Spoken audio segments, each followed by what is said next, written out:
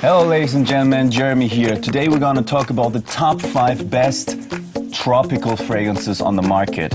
Number 5 spot is L'Homme Ultime, and this one smells like a gin tonic. Number 4 spot, Lacoste Blanc. This one smells like Ylang Ylang. Number 3 spot, Abercrombie & Fitch First Instinct. This one has a tropical fruit cocktail, just like you're drinking some fruits. Number 2 spot, Versace Man Eau Fresh.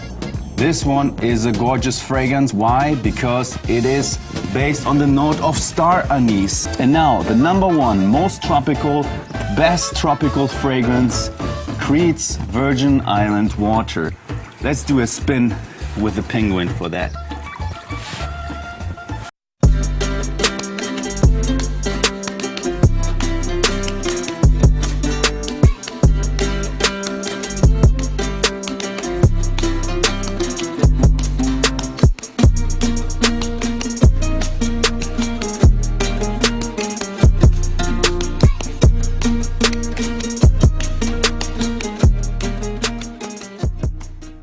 Hello everyone, welcome back to all of you in the Smelly Army. So today we're going to be having a look at what I consider to be the 5 most classic men's gentlemanly fragrances ever. I'll explain what I mean by that in a minute because it's quite specific. Today's video is brought to you with the cooperation of my friends over at Notino UK, where you can buy all of these fragrances. There are links in the description below to do that. I'll also link a few of my other favourite bargains on Notino UK, or great value fragrances, because I think it is a really great place to shop if you are in the UK for great deals on fragrances. I've been shopping there for years and I'm very happy with the service I've had. If you're not in the UK, you may have a Notino where you are, or if not, these fragrances should still be of interest. So let's get stuck into the video. Oh, one more small little thing. If you are interested, please join up to my Smelly Army private members club on Patreon. There's an extra video every week there and it costs just $2 a month. Again, there's a link in the description if you'd like to join up. So let's get on with the video. 5 classic fragrances. My point here is that they are classic 50s, 60s and in one case 70s fragrance that fit into the mould of what I consider to be a gentlemanly eau de cologne style scent. Okay, so I want to explain what I mean by that. I'm not talking about things like Kouros from Yves Saint Laurent, a powerhouse fragrance, or even Azzaro Pour Homme from 1978. I'm not talking about barbershop fragrances, certainly not modern things or relatively modern things like Fahrenheit from Dior, Jean Paul Gaultier Le Male. These are classic fragrances in a way. I'm talking about citrus aromatic stroke chypre type fragrances, the elegant, refined, delicate scents of yesteryear that have really been the benchmarks, and we're looking right back to the 50s, 60s and 70s, and they all fit into this mould of a really classic kind of citrusy, herbaceous, little bit musky type of smell, but not into the animalic powerhouse mould that came along later in the 70s and 80s. So I hope that makes sense, and when I talk about the fragrances I think you'll sort of understand the connection between them. So the first one is going to be from way back in 1955. It's Chanel's Pour Monsieur. So Pour Monsieur from Chanel, an absolute classic fragrance. It was composed by perfumer Henry Robert, and the notes on this one are verbena, neroli, orange, ginger, basil, coriander, oak moss and cedar. This has one of the best openings in fragrance ever. It's really, really lovely, kind of tart and sharp citrus, bergamot, and immediately when you spray this, there's this kind of spiciness and herbaceous edge to it, and a kind of green bitterness. It's absolutely beautiful. Many people talk about the performance on this one not being the strongest, and indeed it's not the strongest fragrance, but I don't think it's really meant to be. It's an elegant, refined, gentlemanly fragrance, and today's formula that you can still buy of course has changed a bit over the years, but I've got it here and I still find it to be a really lovely, enjoyable wear. It sits a little bit close to the skin, yes. It doesn't project massively. Longevity is okay, it's not terrible, but it won't be pumping out a big aura of smell. But what it will be giving you is this really great air of classiness. Chanel do not make bad fragrances. This was their first foray into the world of men's fragrances, and you know, in a way they've never really improved on the smell to my nose, because it's just so balanced, so elegant.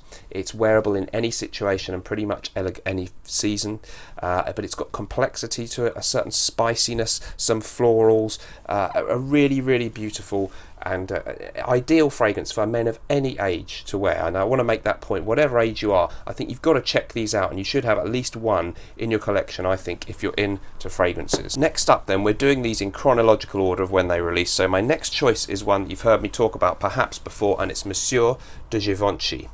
Another one that I just absolutely love and doesn't seem to get a lot of talk online in the fragrance community. So first released back in 1959, the perfumer on this one was Francis Fabron. Notes are bergamot, lemon, lavender verbena, oak moss, carnation and sandalwood.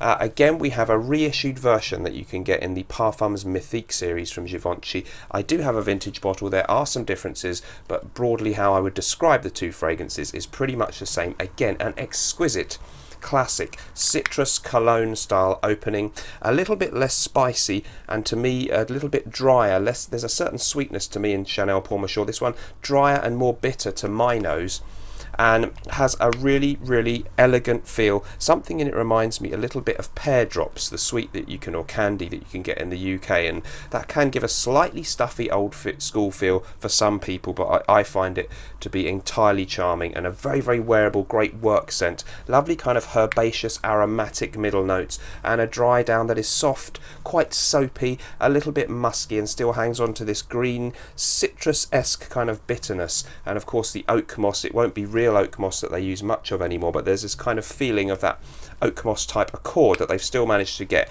in the modern formula. So really, really beautiful all-round fragrance. Great that it's still available today, and I just love wearing this. You can see I've got through a lot of my 100ml bottle. Moving forward in time a little bit then, we jump forward to the 1960s, and the fragrance in question is Guerlain's Habit Rouge. One of the all-time classic fragrances. I have the Eau de Toilette version here, which is the way that it was, well, closest to the original. I think it might have been Eau de Toilette or a cologne they called it when they brought it out. So this one a little bit different to the others in terms of the type of fragrance it is. It was 1965 when it was first released. Jean-Paul Guerlain, the perfumer. Notes are lime, orange, bergamot, rose, leather, vanilla and jasmine. So it's a citrus fragrance with an oriental twist. It has this sweetness in the base, this leathery element, and a really, really beautiful delicate rose note in there. So a little bit more multifaceted than the other ones. This has this sort of sweetness, this Guerlainade that people talk about, this Guerlain quintessential thing that is in so many of their fragrances, and almost powdery, well it is rather a powdery feel mixed with beautiful citrus, delicate florals, a certain bit of sweetness giving it what they call an oriental twist, and this very smooth subtle undertone of leather. Really, really unique, a little bit different to the other two, perhaps the most unique smelling of the bunch that I'm talking about today. And today's formula of the Eau de Toilette still smells absolutely great. Decent performance, not amazing, would still be fine for daytime and workwear, therefore not over the top, and just a total classic. Check it out if you can. It's, you must try this if you're into fragrances, whether you're 45, 50 or 20. It might be just a lot better than some of the modern releases. Don't overlook these old ones. Moving on then, we've got two left, so we're going to move a little bit forward in the 60s, but not much. 1 year later, 1966, I couldn't leave this out, could I? It's Eau Sauvage from the house of Dior, Edmond Rudnitska's famous revolutionary creation that was so popular in the 60s, 70s and well into the 80s, and of course still available today. I think it's fine in the modern formula. Again, it's changed a bit. You may say that it used to be better if you remember the old formula. I think today's formula still captures much of the essence of what we're hoping for from Eau Sauvage from Dior. Notes on this one, we've got lemon, basil, bergamot, jasmine, hedione, oak moss, musk, vetiver and lavender. Hedione was this new kind of ingredient that was harnessed, and apparently it has an effect on the part of women's brain responsible for sexual attraction. That has apparently been medically or scientifically analysed to be true. Hasn't worked for me so far, but it is a beautiful fragrance. Again, fantastic citrus in the opening, lovely bergamot and lemon kind of feel, just that freshness. You're going to love that opening, whoever you are. Definitely a rather nice jasmine note, and hedione is kind of linked to jasmine. It's a chemical that is related. I think it can be found in jasmine or something. It's kind of like an amped up jasmine note. And there's this musky, woody vetiver dry down on this one as well that is totally classic, very crisp, very clean, and it has this masculinity. It's got a little bit more of a sexy masculine undertone than some of the others. Nothing animalic, but a kind of sexy clean musk that somehow smells manly, combined with that lovely citrus. Really, really a beautiful fragrance and well worth checking out. You might have to spray quite a lot to really be smelled strongly, but again, that makes it great. It's versatile. You can wear it to work for a few sprays. Great for a night out too, and a total classic, still on our shelves. Thank goodness. I prefer it by a long way to Sauvage from Dior.